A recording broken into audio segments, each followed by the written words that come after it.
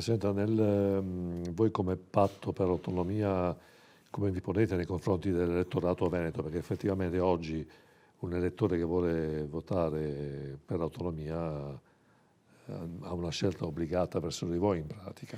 Beh, magari fosse così. Diciamo che allo stato attuale delle cose è ineludibile, cioè, o meglio, è palese che la Lega sia in un trend positivissimo.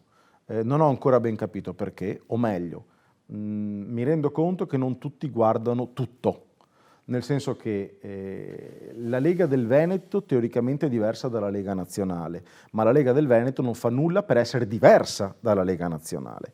E la Lega oggi sembrerebbe essere il collettore di quelle che sono le istanze autonomiste, ma è la stessa Lega che non le sta portando avanti. Quindi è, come dicevo prima, il cane che si mangia la coda.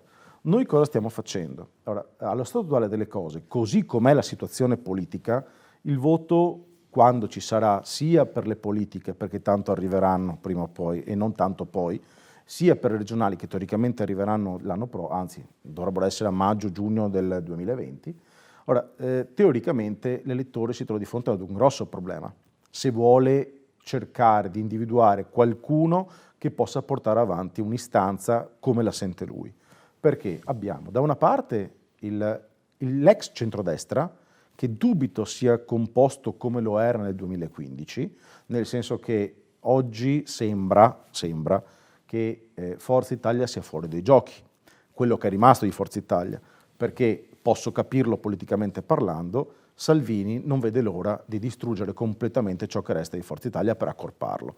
In fin dei conti la Lega non è più un partito del nord, ma diventa un partito nazionale.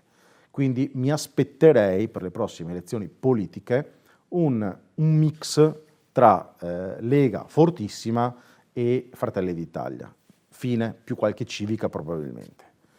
Dall'altra parte abbiamo un PD, cioè, penso che parlare del PD sia come sparare sulla Croce Rossa.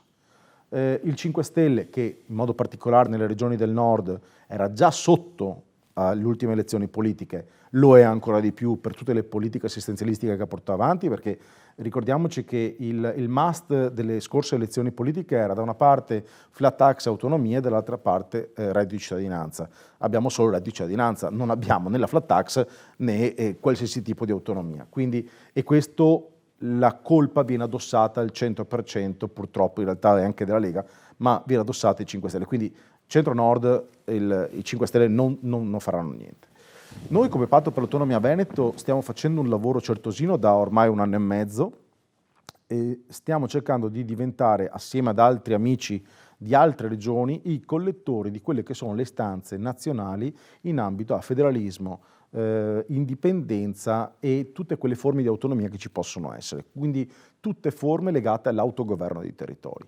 Abbiamo già fatto una serie di incontri molto importanti che hanno creato delle sinergie interessanti, stiamo continuando a farlo e siamo lanciati su questa strada.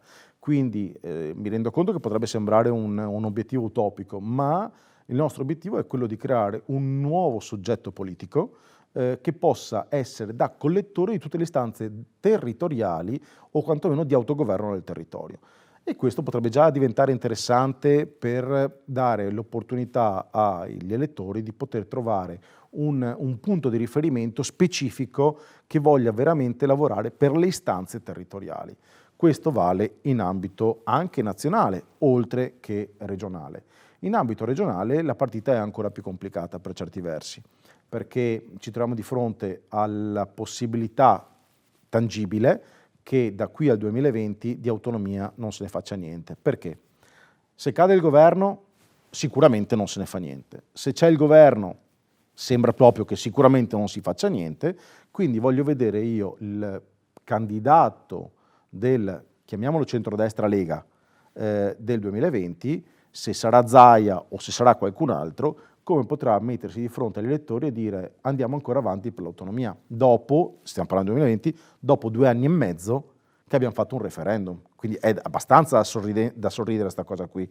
È altrettanto vero però che non essendoci un qualcos'altro di tangibilmente interessante a poter votare, perché né 5 Stelle né PD qui in Veneto possono avere appeal, voglio veramente vedere che cosa può succedere. Noi ci stiamo lavorando.